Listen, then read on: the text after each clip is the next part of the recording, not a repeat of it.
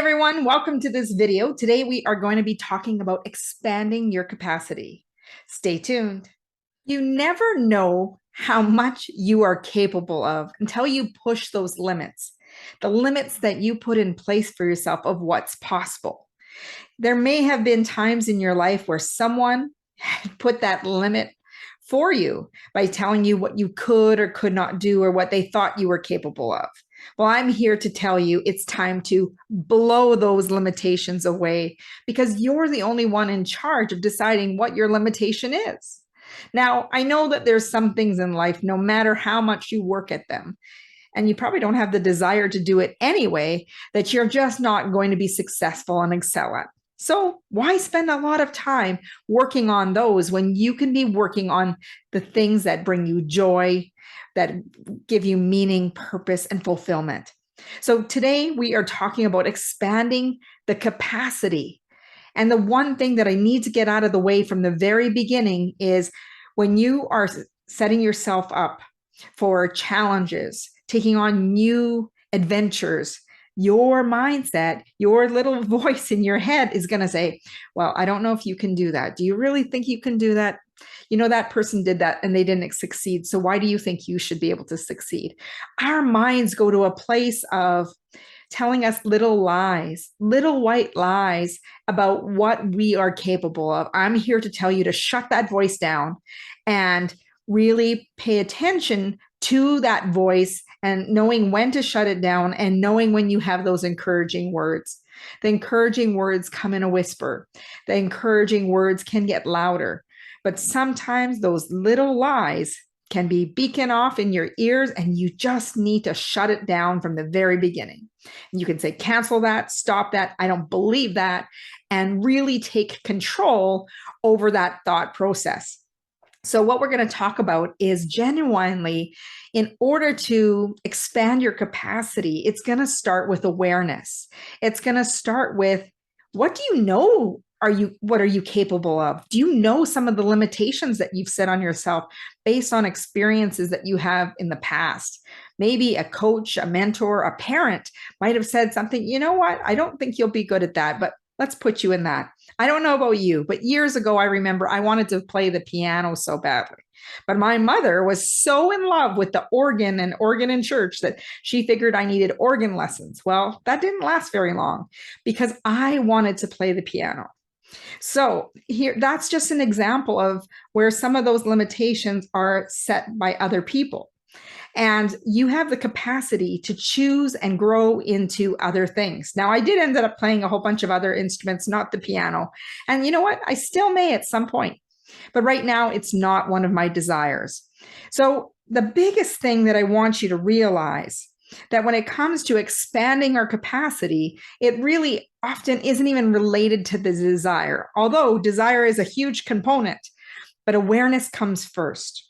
And when we become more aware of the stories that we tell ourselves, that narrative of whether we believe something is possible or not possible, then we can start creating change. We can start making little tweaks and shifts in how we want to live our lives, how we want to show up every single day.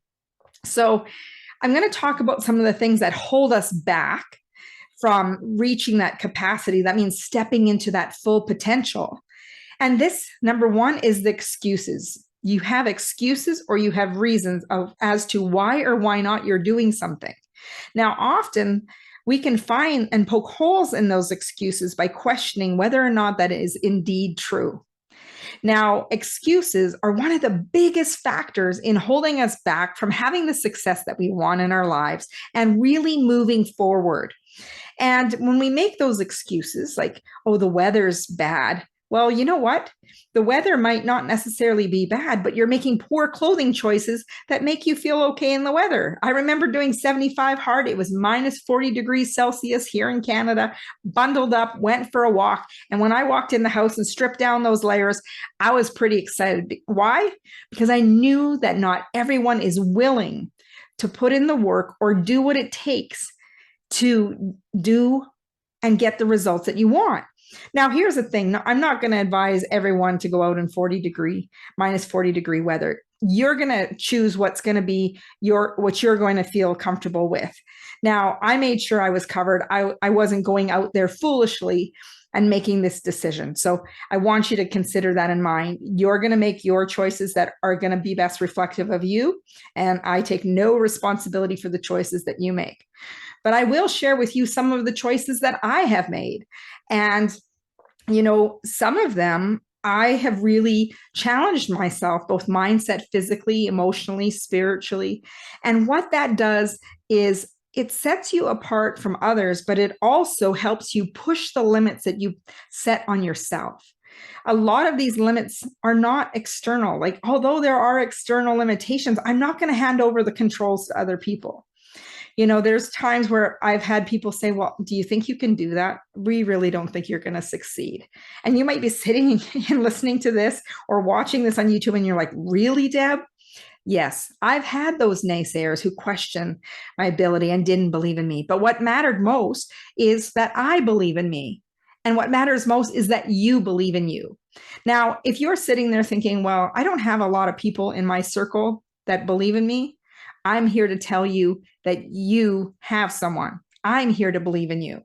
Because every human being on this planet has a meaning, a purpose that they're here to fulfill. And they're all have the capacity to step into their greatness, but not everyone's going to take those steps. And sometimes you need someone on your side who is going to encourage you, to help you along the way of that journey. And I'm here for you, to be that cheerleader, to be that encourager, to see the greatness that exists within you. Now, dismantle some of those excuses and reasons for not doing something. Think about why you can do something. You got to shift your language. Many people are going into the can't, and we need to kick off that T and say, what can I do to make this work? So that's when you open yourself to possibilities. Now, other things is that you might be holding grudges or carrying some baggage from the past. Now, if you're hanging on to those things, they are limiting you from having a clear mind to be able to focus. So you might want to look at places where you need to offer forgiveness, apologize, or remove grudges, knowing that life is short and you don't need to hang on to grudges, that you can resolve these things and think in the whole big picture. Did that situation really make such a difference in your life? Sometimes it's the meaning that we put to events in our lives that we can make it catastrophic. We can exaggerate the situation. And I want you to see if there's a place in your heart to offer forgiveness and apology in order to move forward or resolve some of that baggage, so that you're not carrying that heavy load with you and being able to let go of some of the beliefs that you held that weren't even true, that you have made up. That narrative, the meaning that you gave to an event, that if you looked at it from a different perspective, that it would completely lose the energy. It would completely lose the meaning that you had given it. And knowing that you are not the same person you were at that time, and you did the best you could at that time. Because often we can get into a guilt, shame, blame kind of sequence. And I don't want that for you. You can't move forward when you carry those things with you. The other thing that holds us back is our habits and choices, surrounding ourselves with so many distractions from moving forward, thinking that all these little things need our attention so that we stay into busy versus productive. Now that can hold us back from our capacity, constantly scrolling, surfing, doing so many things at once and not really focusing in on our priorities and living intentionally. The other thing that I really want to impress upon you is where I see people struggle with expanding their capacity is when they don't take time to be still, when they don't take time for being able to reflect on how the day went or how a conversation went. What could I have done differently? What could have improved the situation? How can I take next steps forward to nurturing this relationship? So thinking about not only our behaviors, but thinking about our thoughts, how we're responding or reacting to situations, the actions we decided to take, and really taking time to reflect and review some of the results that we're getting in our lives. So self-awareness increases when we take time to reflect. And that's one of the biggest areas that I find where people are stunted in their growth of who they are.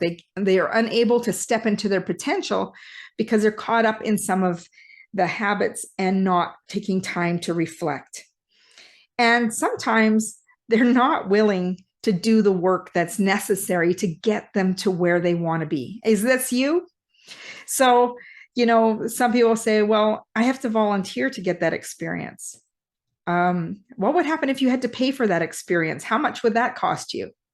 I learned long ago that volunteering was one of the best ways to gain skills, mentorship, and a lot of different learnings. So volunteering is a price that you pay. Putting in the effort is a price that you pay. And these are ways to be in the growth mindset, to expand our mindsets instead of being fixed and saying, I'm not willing to pay for this. I'm not making enough money in this. But are you in a place where you're getting what you need without having to pay for it? Or if you have to pay for it to get those skills and mentorship? Now, if you really want to understand what's going to help you expand, like we covered some of the things that hold you back. Now I want to talk about the things that are going to help you expand into your capacity. That is truly stepping into your potential. And what that is